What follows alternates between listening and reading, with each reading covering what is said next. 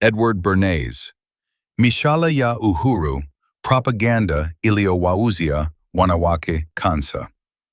Wapo wanaoua kwa risasi, wapo wanaoua kwa sera, lakini wachache wanaua kwa mawazo. Edward Bernays, baba wa propaganda, mwanaume aliyewauzia wanawake kansa kwa jina la uhuru. Hii ni akili nyeusi. Edward Bernays alizaliwa mwaka 1801 akiwa mpwa wa Sigmund Freud. Freud alikuwa akichunguza tamaa za ndani za binadamu, lakini Bernays aliona kitu kingine. Tamaa hizi zinaweza kutumika kibiashara na kisiasa. Wakati wa vita kuu ya kwanza, Bernays alihudumu kwenye kamati ya habari za umma ya Marekani.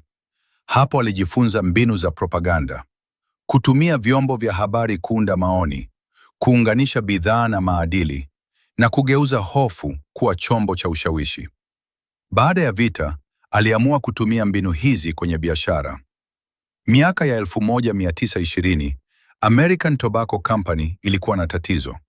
Sigara zilikuwa zikivutwa na wanaume pekee. Wanawake walikatazwa kuvuta hadharani. Jamii ilihusisha uvutaji sigara kwa wanawake na ukahaba.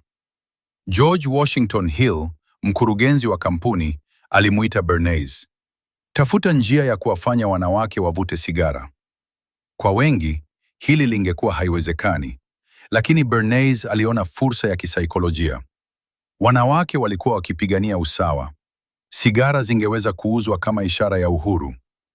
Bernays alitafuta ushauri wa Dr. A. Brill, mtaalam wa psychoanalysis.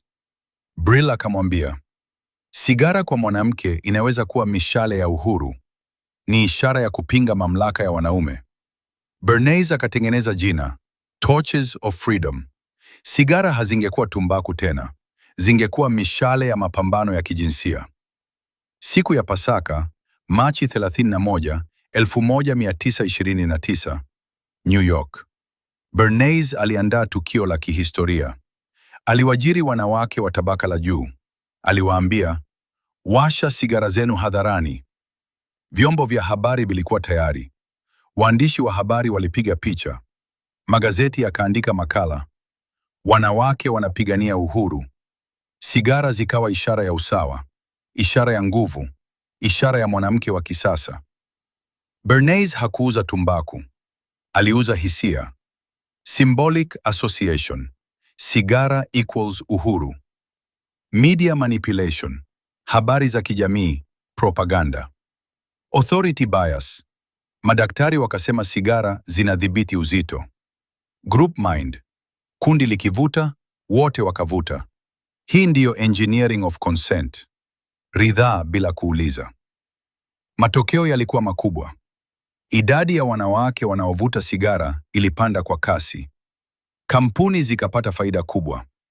Lakini kansa ya mapafu ikawa janga jipya. Bernays alikiri baadaye, hakutarajia madhara makubwa, lakini tayari historia ilikuwa imeandikwa. Kile Bernays alifanya kwa sigara, mitandao ya kijamii inafanya kwa mawazo. Algorithms zinajua hofu zako, zinajua hasira zako, zinajua ndoto zako, na zinakupa kile kinachokushawishi zaidi. Sio ukweli, bali hisia. Echo chambers, micro-targeting, disinformation.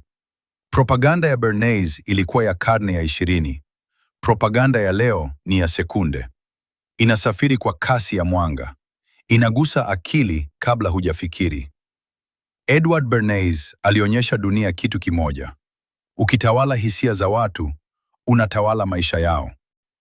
Na leo, propaganda haijakufa. Imevaa sura mpya. Mitandao ya kijamii. Hii ilikuwa akili nyeusi, ambapo tunafunua giza lililojificha kwenye akili ya binadamu.